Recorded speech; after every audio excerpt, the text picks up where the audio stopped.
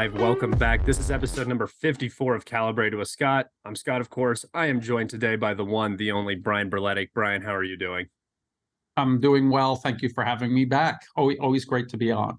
Yeah, it's a pleasure. These conversations are always great, and let's just get right into it. Actually, before we start, Brian, where can everybody find you? Because people drop off before the end of the video.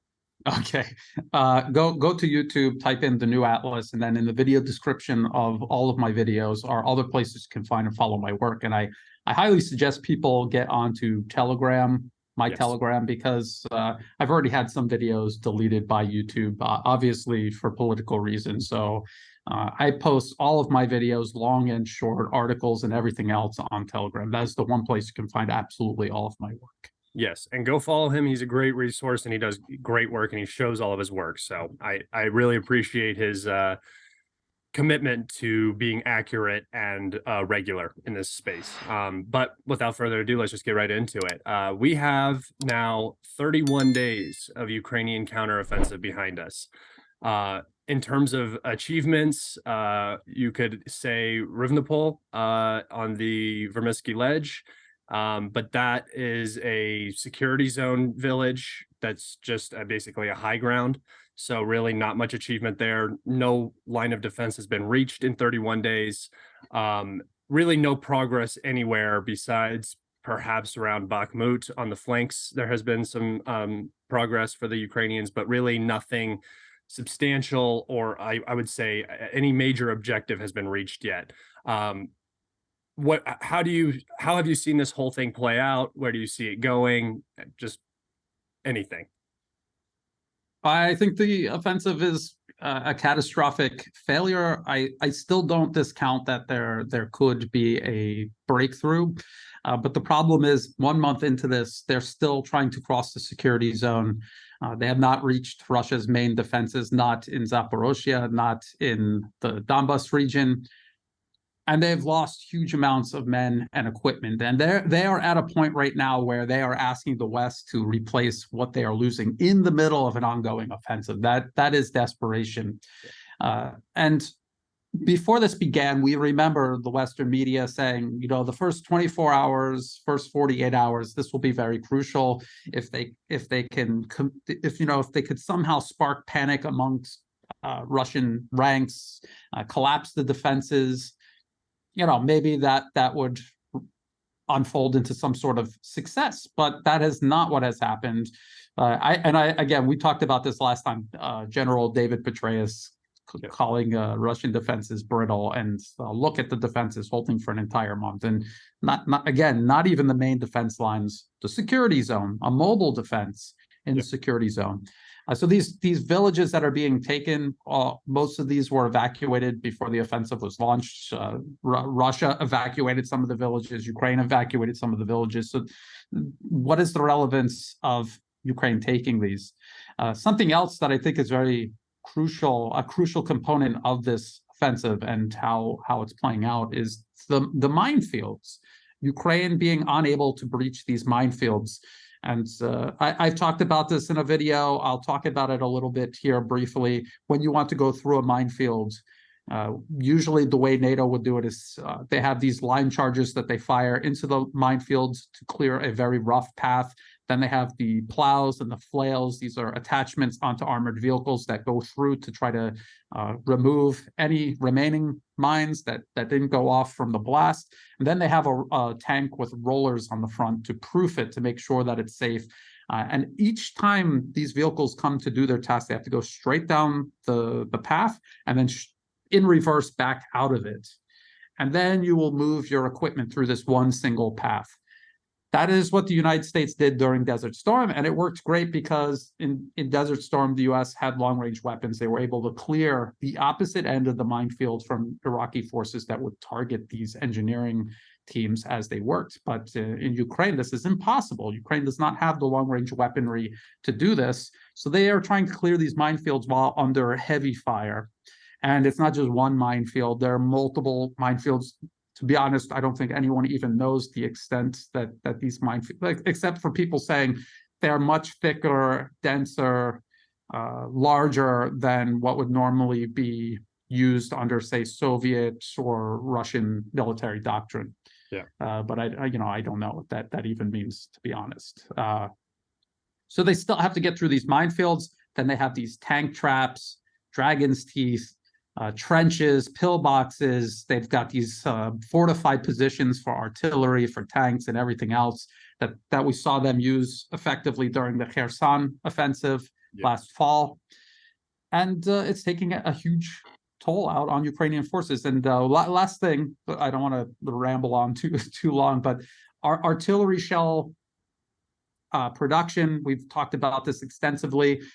The US and Europe collectively, they cannot match Ukraine's even basic daily rate of fire, which is about 6,000 shells, which is far fewer than Russia fires per day. Now they're in the middle of this offensive. We've talked about how there was a surge of shells taken from strategic reserves in the US, in Europe, to give Ukraine a larger than average amount of shells, to have that on hand for the offensive.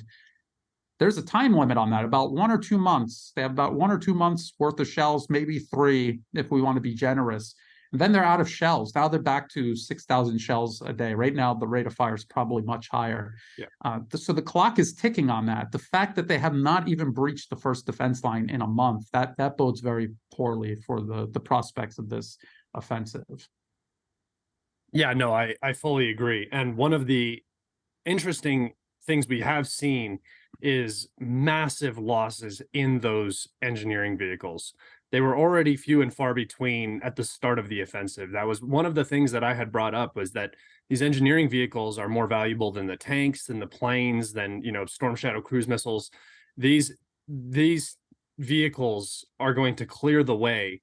And as we've seen, they've just been getting blown up in minefields, either via mines or via artillery or ATGMs or Ka-52s, also firing ATGMs. And that's another thing that I think people are neglecting when they're starting to talk about this, when they analyze this offensive, is, especially from the pro-Ukrainian side, they regularly talk about how, the Ukrainians just have to get through a minefield. But you're forgetting that there's an army on the other side of that minefield. There's helicopters, there's deep strike, there's glide bombs, there's ATGM crews. There are guys on motorcycles with cornets attached to the motorcycles driving around. This is not the same Russian army that was in Kharkov. This is not the same Russian army that was even in Kherson. This is a completely different format of fighting that they're running on, and it's obviously working, and the Ukrainians weren't prepared for this. I think the Ukrainians were expecting the Russians to run. There has been an immense amount of pressure being put on the Bakhmut sector. And this is odd to me, because I just watched 10 months of the AFU getting ground down in Bakhmut. That, they claimed it was strategically unimportant, that it was not, it was nothing for the Russians, but now the Ukrainians are committing in this sector. It's very odd. And they are taking heavy losses. So they obviously are, they want to get something out of this. What is your perspective on this? What do they have to gain? What could they possibly achieve? And then if they achieve their maximum goals, what comes next? It's a good question, and you're right to bring this up and talk about the previous battle for Bakhmut. And we remember them saying that it was just totally irrelevant. So what? Russia got it. But look at all of their losses, and then in reality, when you do look at the losses, it was lopsidedly in favor of Russia, not Ukraine. It was a trap for Ukraine. It was a grinding operation. This is what General Sergei Surovikin said as the operation began. It is to attrit Ukrainian forces. And if Ukraine decides to try to take Bakhmut back, that is exactly what it will become all over again. We were just talking about this before we started recording. We basically do the whole episode before we start recording, and then we're like, well, you should be recording this. And we were talking about how the New York Times back in December of last year had maps and photographs and everything talking about the extensive defenses that they have between Bakhmut, east of Bakhmut, near Popasnia. Yeah. And this is, again, layered defenses that have been built up for over half a year now. And it's probably much more extensive now than it was in December when the New York Times was talking about it. So once Ukraine gets through, you ask what comes next? Well, after they're done losing huge amounts of troops and equipment trying to take back Bakhmut, they still have to, if they want to make any progress beyond that, they're going to have to go through those layers of defenses. And they're not going to be able to, because they're already at 1 month at this point, and the losses that they still will be losing as they try to either go through Bakhmut or around it. Either way, it's going to be hard for Ukraine. And so once they're done with that, the war is just going to, the offensive is just going to start beginning, because they're going to reach those defense lines. Yeah. Those defense lines were created specifically. If people doubt, oh, Brian, you're just coping. It wasn't a grinding operation. They really were just trying to take Bakhmut as quickly as possible. It took them 10 months. They built those defenses there between Bakhmut and Popasnia, specifically because that's where the actual front line is supposed to be. That is where everything beyond that is, again, the security zone or gray zone.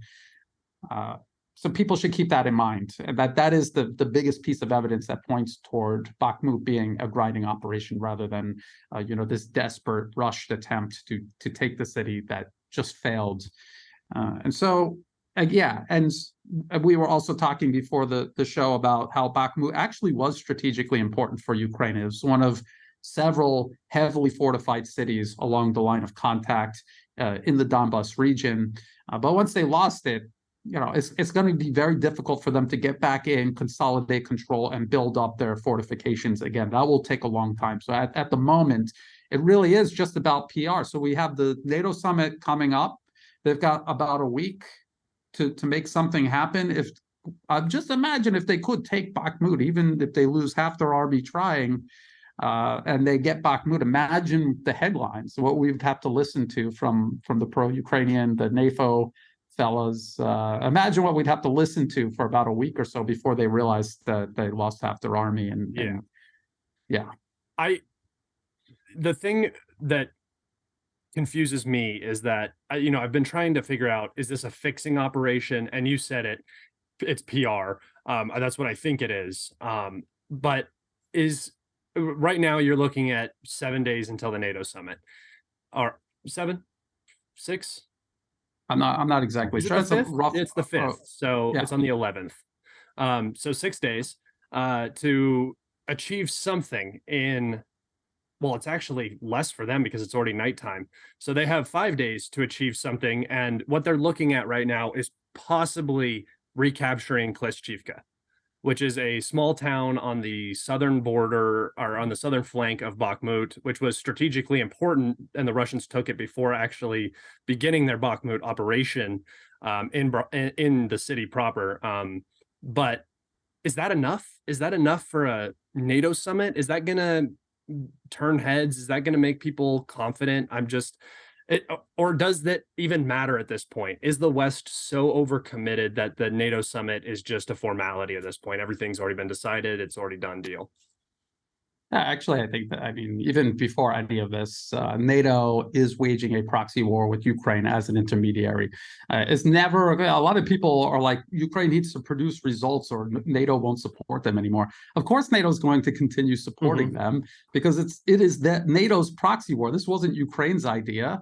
And it wasn't Russia's idea. It was always NATO's idea to keep pushing up to Russia's border, not just in Ukraine, but absolutely everywhere, and to provoke some sort of war that they could use to extend Russia. They have a whole policy paper from the Rand Corporation, literally titled "Extending Russia," with this as like the keystone for the whole strategy is to provoke Russia into a costly war. They underestimated Russian military industrial production. They underestimated the depth and width of Russia's economy. It's the country gas station masquerading as a country, and apparently they underestimated Russia. And I was just watching the Council on Foreign Relations. They had one of these conferences that they post online, public. Anyone could watch these, and they're talking about building up American military industrial production again, because they finally realized after all of this time that they're at a severe disadvantage, and they admit all throughout this talk that it's going to take years for them to reach the levels that they're aiming for, and that there's all of these problems. And the one guy, he's some PhD, and he's talking about first principles, which is where you go all the way back to square one and you start back from there. But he actually wasn't doing that, because to go back to square one, you have to ask yourself, is this premise of taking on Russia and also China, because this is part of a much wider conflict that's brewing. Is that even a plausible premise? Is that even something that you should be doing in the first place? And then if it's not, everything you build on top of that is going to be flawed. I don't know if he knows what first principles means, but the whole point is they have this fundamental problem that they can't fix. They cannot produce enough shells. They don't have enough armor. They don't have aircraft to give Ukraine. They don't have the time to train them. They don't even have the time to train something basic like infantry, which people, I think, underestimate how much time it actually takes to be a proficient infantryman. It could take up to 6 months, and then you go to your unit, and you still have a lot to learn. And you still have so you learn basic infantry skills, and maybe working as a fire team and a squad, and then you have to learn combined arms warfare. Once you reach your unit, you have to learn how to work with tanks, artillery, warplanes, etc. This is something that they physically cannot do. They don't have the time. They don't have the production laid out. They don't have any of this. So this is where they are. They're trying to win a war of attrition by taking territory. And ironically, the more territory they take and the heavy losses that are associated with that, the closer they are to actually losing this war of attrition. You were in the Marines. 6 months was your basic training, which was 13 weeks. And then, or it might be 3 months. Yeah, it's 3 months yeah. for basic training. And then you go to your MOS school, right? Yeah. Well, no. You do 1 month of Marine combat training if you're not in infantry, and then you go to your MOS school. Because I was electro-optical ordnance repair, it was another 9 months, just to give people an idea. And when I got to the fleet, I still didn't know how to do anything. Yeah, and that's what I was just about to say. And then even after that, even after the 4 months, 6 months, whatever, even in a compressed training schedule, did you feel ready at all? No, not really. I mean, you feel a little bit more confident about certain aspects, but you wouldn't want to be thrown into a war. And something else people have to realize, they're like, no, Ukrainian troops are highly motivated. They can compress the training. No big deal. It is a big deal. People have to understand, when you join the Marine Corps, the U.S. Army, the Navy, the Air Force, you have usually a 4-year contract. They want to make the most out of that time. They want you to be actually performing your job for the longest period of time within those 4 years. So they're going to compress the training as much as possible before they start compromising performance. If they could make it shorter, they would, but they can't. So they're not. And when you try to compress this for Ukraine and then throw them directly into war, it's suicide. Yeah. It's never really that whole aspect too has always been probably for me the saddest, is that you got all of these mobilized men that were just basically pulled off the street. I mean, we saw it for months. They were pulling kids into vans, basically. And then they get this minimal training.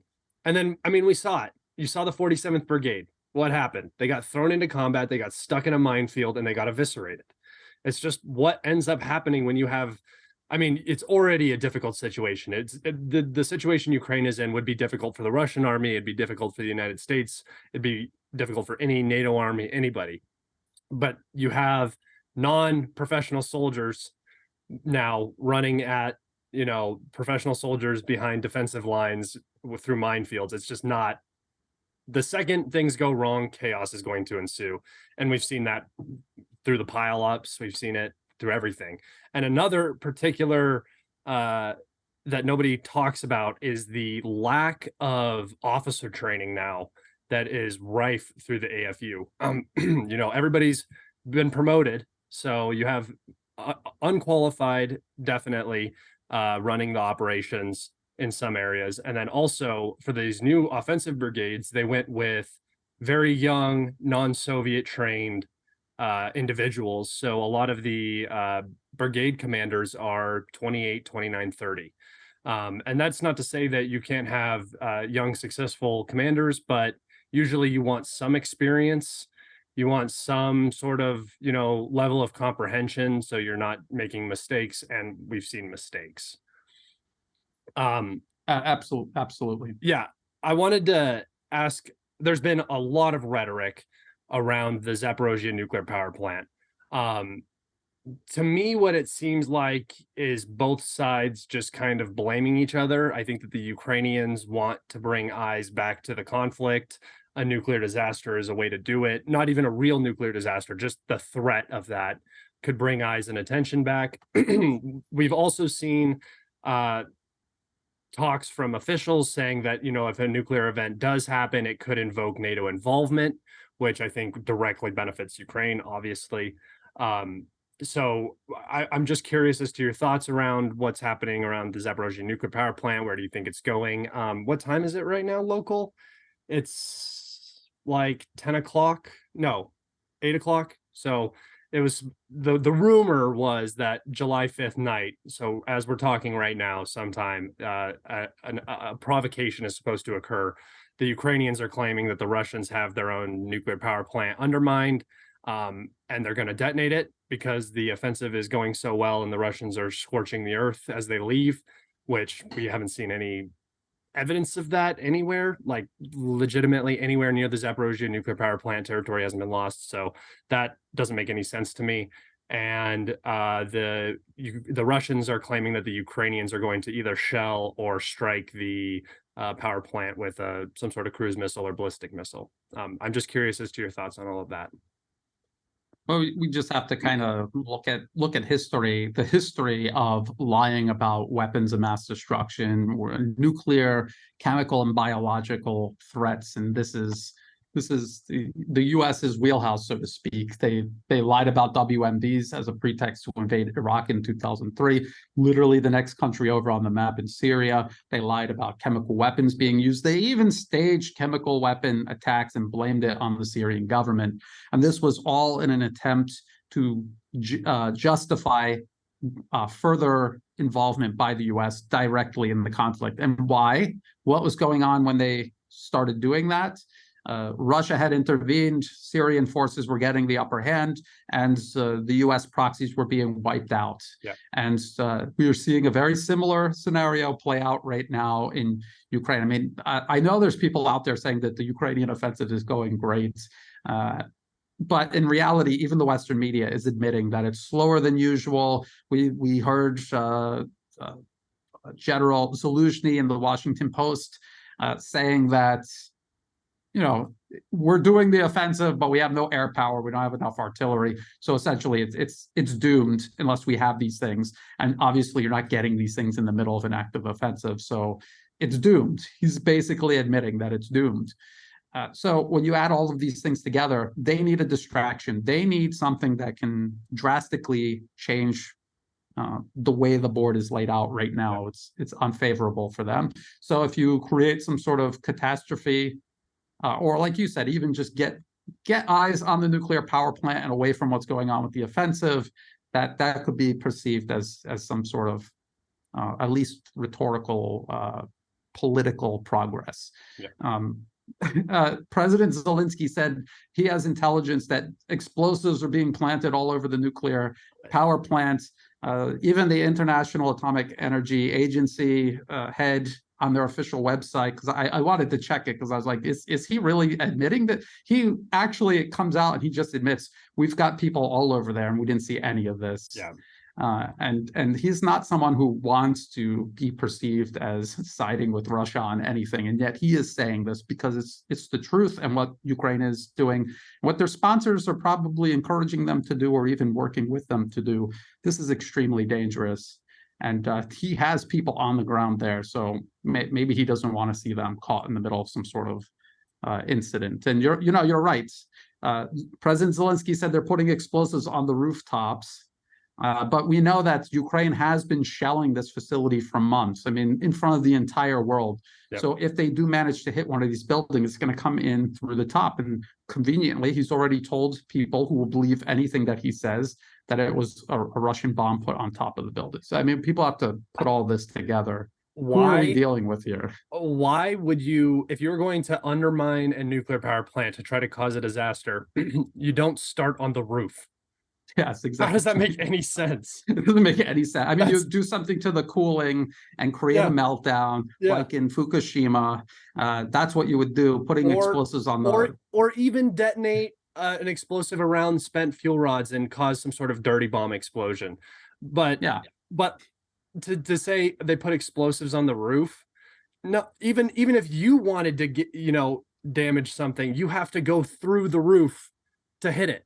You're not trying to hit the roof. So that whole thing doesn't make any sense.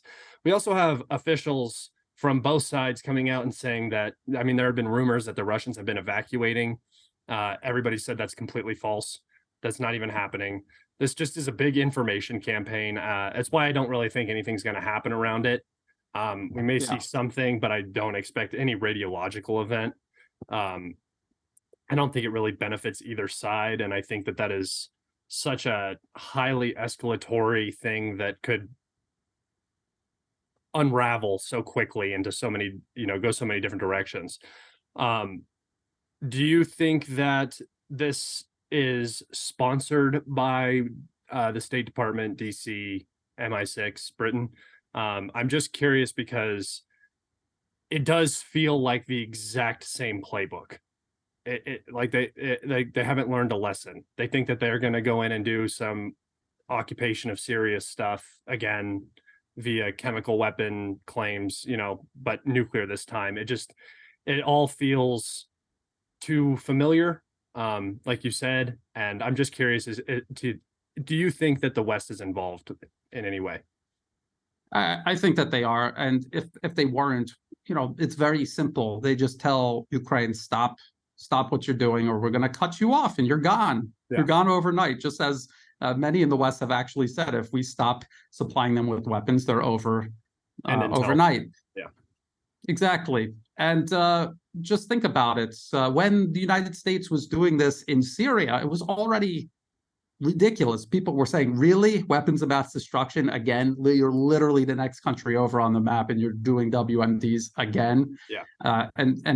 Back then it was ridiculous, but they did it, and they repeatedly did it. This was something that went on and on and on. They still write articles about President Bashar al-Assad using chemical weapons against his own people. So would they do that here? I think they would, because they lack imagination. They're desperate. They're dangerous, and from their point of view, they have nothing to lose. They're not the ones that are going to be irradiated. They're not going to die. They're not going to be caught up in the escalation that could possibly happen if NATO troops do try to invoke Article 5, because that's what they were talking about. Article 5, because radiological material could blow into, say, Poland, and so that would be a threat to NATO, and they would invoke Article 5. There were people, I think it was Lindsey Graham and one of his sidekicks were talking about that. So it's the same, and Lindsey Graham was the same one involved in Syria and everywhere else he goes. This is one playbook, and they're reading out of the pages of it once again. Do you think that these officials in the West, do you think that they just don't have any other options? Because I'm sure they have a number of plans that are set out in front of them. Are they just at the bottom of the barrel where they're like, well, we can just do a Syria again and try to freeze the conflict or something like that? I would think that eventually you would say, hey, let's try something different, even more escalatory, or but it's like you're doing the exact same thing again. People are not going to buy it for the third time. The second time was pushing it as is. Nobody's going to buy it again. It doesn't even make any sense this time. At least, chemical weapons on, Syrian rebels is something that could be in reality done by a regime that is struggling, maybe going down. People in the West don't understand. Oh, he used chemical weapons because he's threatened. why I don't see how that works with this nuclear power plant. The prevailing winds blow towards Crimea and Russia and the Black Sea. So even radiological, any radiation's getting blown towards Russia. It doesn't suit them at all, unless they're planning on leaving Crimea also, which is just a ridiculous thought to me. I don't see the plan anymore. It doesn't feel like a plan. It feels like just the only thing that we know how to do. Do you agree with that? Yeah, but you just said it though. Who's going to believe it? At least in Syria, the West could convince people that the Syrian government was losing even while it was turning the tide and wiping out U.S. proxies. Isn't that exactly what's going on in Ukraine right now? You have still a large segment of the Western population who thinks the offensive is going splendid. They've got this big chance. The Russians are in shambles. There's Twitter accounts followed by lots and lots of people saying, "I saw a dead Russian soldier wearing sports sneakers." So they can't even afford boots. So how can they resist this NATO armed and trained offensive? No way. And so there's a big push out there to continue convincing people that this is going well, and that will put the idea into people's minds, well, Russia was desperate, that's why they detonated the Zaporozhye nuclear power plant. Again, even though none of it makes sense to us, we took the time to look into this. They know the vast majority of the Western public are not going to look into it. Unfortunately, they're not going to look into it. They don't understand how a nuclear reactor works, how there's a building around the reactor, and how it's fortified, especially Soviet era nuclear power plants, very resilient. I mean, it has been shelled constantly by Ukraine for months, and it's still it's still okay. So I think it's viable. I think they think from their point of view, it's viable. They're not trying to convince everybody. They're just trying to convince the most extreme people within their population who they need to rally for whatever the next escalation is. Yeah. It's also interesting because in terms of like actual damage, you're right. Nuclear facilities are meant to be struck. They're designed to survive a nuclear war, not a direct nuclear strike, but they're meant to hold up. The reactors are also cold. They haven't been operating. I really think the only threat for either side, besides completely, destroying the plant and causing a full nuclear meltdown, which I don't see as likely at all, is just damage to fuel rod storage that's around the facility. So yeah, there's not going to be any radiation reaching Poland from that either. That's not realistic in any way. So I really don't see how that plays out unless, like you said, your audience is incredibly gullible and that's all you have. I did want to talk about the NATO summit coming up. I know we've talked about it a little bit, but we have rumors of cluster munitions for the 155 millimeter artillery pieces. We have rumors of ATACMS. We have Ben Wallace coming out and saying that Ukraine should be able to skip the NATO action plan, which for the listeners who don't know, the NATO action plan is a plan that is presented to countries aspiring to join NATO. It has a list of objectives that need to be accomplished. So if you were talking about Moldova, for example, it'd be settling the Transnistria issue and probably some other corruption stuff and, GDP allocation for military expending and stuff like that. So Ben Wallace is saying that Ukraine should just skip that, which I can only assume means a direct invite into NATO. Don't really know how that works. And we also have a representative from Britain to NATO saying that you should not expect an announcement on F-16s, which has been a big push from the Ukrainians. So with those weapon rumors, the allocation rumors, and with the summit coming up and the Ukrainian offensive, I think we can both agree failing rather significantly compared to what the hopes were. I mean, if you remember, General Ben Hodges said Crimea by summer. That was the goal, right? And that doesn't look like it's even in the cards at all. So I'm just curious as to what you think is going to come out of this NATO summit and what these weapons mean for Ukraine.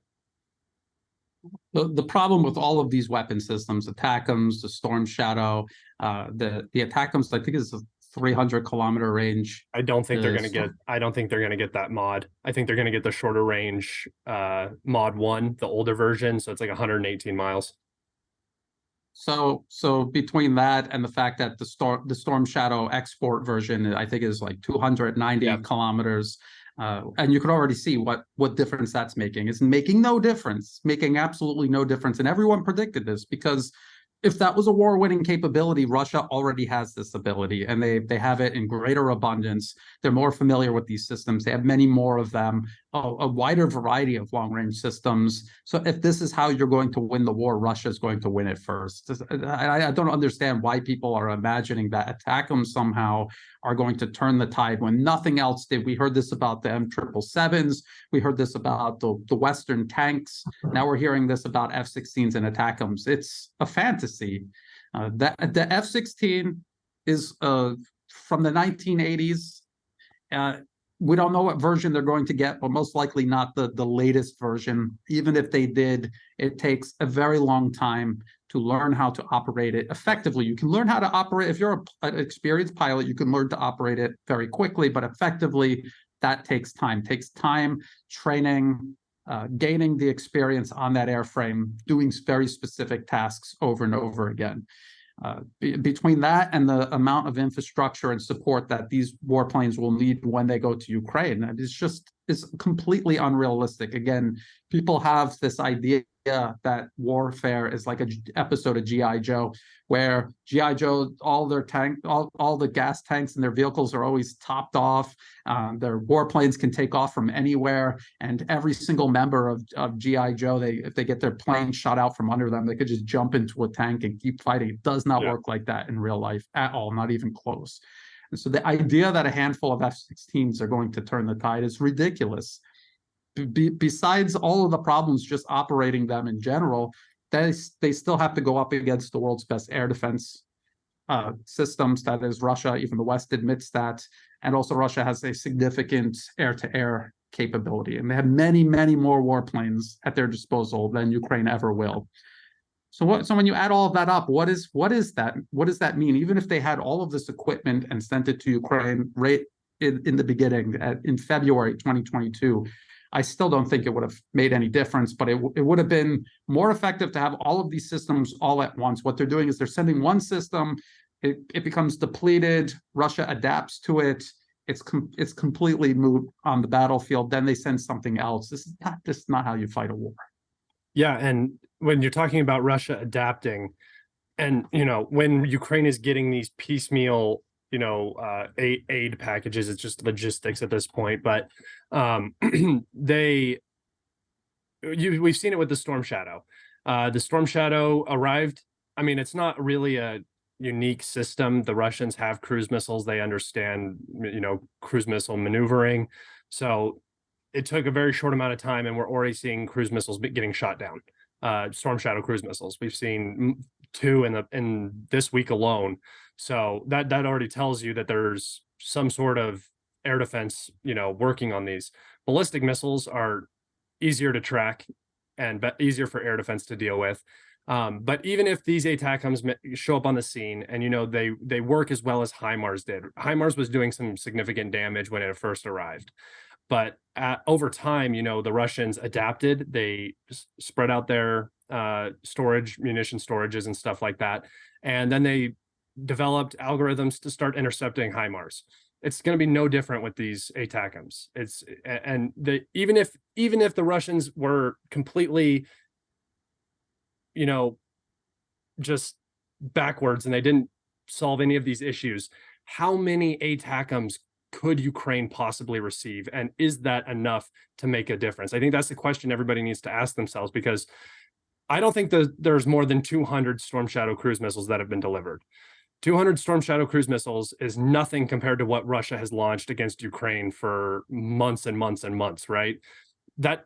And the Ukrainians are still standing. So I don't understand this thinking that these weapons are going to be, the nail in the coffin. I just wishful thinking. I don't understand any of it. It's a really go ahead. But I was just going to say, that's a really good point. People need to keep in mind that all of these capabilities being given to Ukraine, Russia also has. Yeah. For the ATACMS, for example, Russia has the Iskander. It has a longer range. It's 500 kilometers versus ATACMS 300. If they get the version that goes 300, they have many more of them, and they've been using them. They developed them, so their forces are intimately familiar with how to use Iskander systems, and they have experience in this conflict using them. Yeah. And the same goes for cruise missiles and everything else that they're using. The HIMARS, for example, Russia has the Tornado S. Yeah. We see those operating in greater and greater numbers on the battlefield. And that's something else to remember. Russia is still ramping up its military industrial output, even though it's already exceeding the US and Europe combined. And the US and Europe are still scrambling around trying to come up with a plan just to expand production, let alone actually do it. Yeah, I saw a report recently. It was a Western report, and it was talking about how the weapons manufacturing capabilities are so disproportional between Russia and at least Europe, where Russia is employing 3 million people in their defense network. So in all of their defense industry and all their factories and everything, 3 million, whereas Europe is looking at 400,000 total. Individuals working in their defense industry. So even just the manpower commitment is greater in Russia. The factories are bigger in Russia. They have the commodities, they have the trading with China. So there's no way that the West ends up matching the Russian production. And that's one thing that if you were a betting man and you were looking at this conflict, just mathematically speaking, just in terms of the number of human beings that are in Ukraine versus the amount of human beings that are in Russia, the economy differences, the commodity differences, geography even, Ukraine is not poised to win this. And eventually it's either going to require NATO intervention or a surrender. This is obviously just a prediction, and it's $1 million question. What does Ukraine do? What is their best option besides negotiations? Because I think we both agree that negotiations are probably never going to happen at this point. Besides surrendering and, calling it quits, if Ukraine wanted to continue on its path, what does it do? How does it change the calculus right now? Yeah, and just to talk about negotiations real quick, even if Ukraine said, yes, let's negotiate, would Russia do that? Because all we've heard now is that as soon as some sort of negotiation and pause takes place, Ukraine's going to end up in NATO. So why would Russia ever agree to do this, especially after France and Germany both admitted they were just using the Minsk agreement and negotiations surrounding it to buy time to arm up Ukraine? Yeah. So why would Russia ever think that the West would negotiate in good faith? Because that's what this is. It's not Russia negotiating with Ukraine. It's Russia negotiating with the US and NATO. Yeah. So what does Ukraine and their Western sponsors do next? I mean, it all depends. We've talked often about the prospect of the West sending troops in, at least into Western Ukraine, to create some sort of buffer zone, or to send Polish and Baltic state troops in to fight Russian forces side by side, whatever's left of Ukraine's military. I think Russia has been holding back, and they have been pursuing this strategy of attrition and trying to preserve their manpower and equipment, not going on these big arrow offensives that people kept saying were coming. They were doing that specifically because they do anticipate some sort of NATO intervention, even if it's just contingency, but it's something they cannot afford to ignore the possibility of, even if the possibility is very low. So I think that NATO might be thinking about something along those lines. And I think Russia has been conserving its manpower and equipment specifically for that prospect. Now, we see all of this talk about the Zaporozhye nuclear power plant. I was looking at liveuamap.com. This is a pro-Ukrainian live map. They were saying some other chemical weapon is being used by Russians along the front line. So it really seems like they're trying to get some kind of narrative rolling, get it to gain traction, and pull NATO in, or NATO's using it to pull themselves in. As we just have to kind of wait and see. But people have to continuously remember this proxy war with Russia and Ukraine is unfolding at the very same time the U.S. is trying to provoke war with China in the Pacific over China's island province of Taiwan. And we have to remember that if the West, say the United States, or even a good section of NATO, Poland, France, Germany, whoever else joins the coalition of the willing to go in, they're going to need their air power. And if they use their air power in Ukraine, they're not going to have it on hand to use against some potential war with China. So they're coming to a point where they're going to have to make a difficult decision. Do they continue doubling down on Ukraine and start investing military resources that they were holding back for their war with China, or do they cut their losses and they move on to China? But if they cut their losses here and move on to China, especially on Taiwan, even the puppet regime in Taipei, who's going to want to be a part of that after what they've done to Ukraine? So again, like I said, the premise of the U.S. maintaining hegemony over the planet makes no sense to begin with, which is why all of their options make no sense. It's just you're just going from one bad option to another bad option. We've seen some turmoil in France. It's spread to Switzerland and Belgium. We've seen some riots. The Germany is looking like, or Germany is in a recession. It looks like it's heading for a very serious recession, if not a depression. This is going to have a pretty large impact on the EU economies, which will then in turn have impact on the United States economy. And then that's kind of a cyclical thing where they just start bringing each other down quicker and quicker. Do you, and gas is so low still here in America where it shouldn't be after Iranian and Russian production cuts. So the US is also looking like it's going to head into a recession here soon. I'm just curious, could that be the catalyst to pull back on the Ukraine issue, on the China issue, sort of turn inward and look at the issues that are going on in the country? I'm just hoping, because I don't want this to turn into a forever war in Ukraine. I think that this is going to be a horrible thing. I don't want it to be another Syria where we're talking about it 9 years later about, how there's still U.S. occupation forces, there's still rebels in part of the country, they're still killing. It's just not a fun conversation to have. Do you think that the recent economic-based issues in Europe and the US will force some hands and force some change?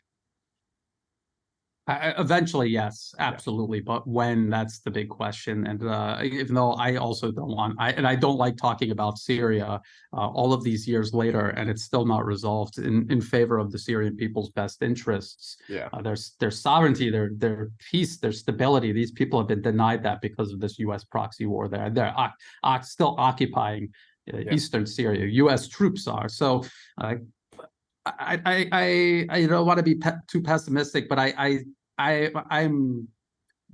going to expect that to happen, some type of protracted conflict in Ukraine. But as you say, the fundamentals, the economic fundamentals, geopolitical fundamentals, do not make that sustainable. That is something they can only perpetuate so long, just like their occupation of Afghanistan, and eventually it's going to collapse. Eventually, these circles of interest in this unsustainable system that they've created in the West will collapse. And hopefully there are other business interests, emerging political parties, other interests that come together, pick up the West and say, let's stop.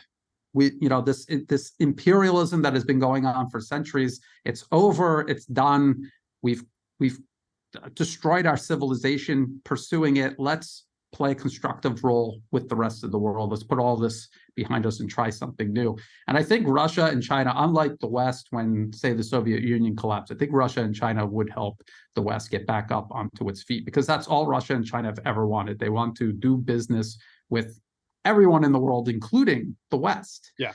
So it's just a matter of the timeline that unfolds and how much damage is done by the time that happens. Unfortunately, I think they are determined to cause a huge amount of damage.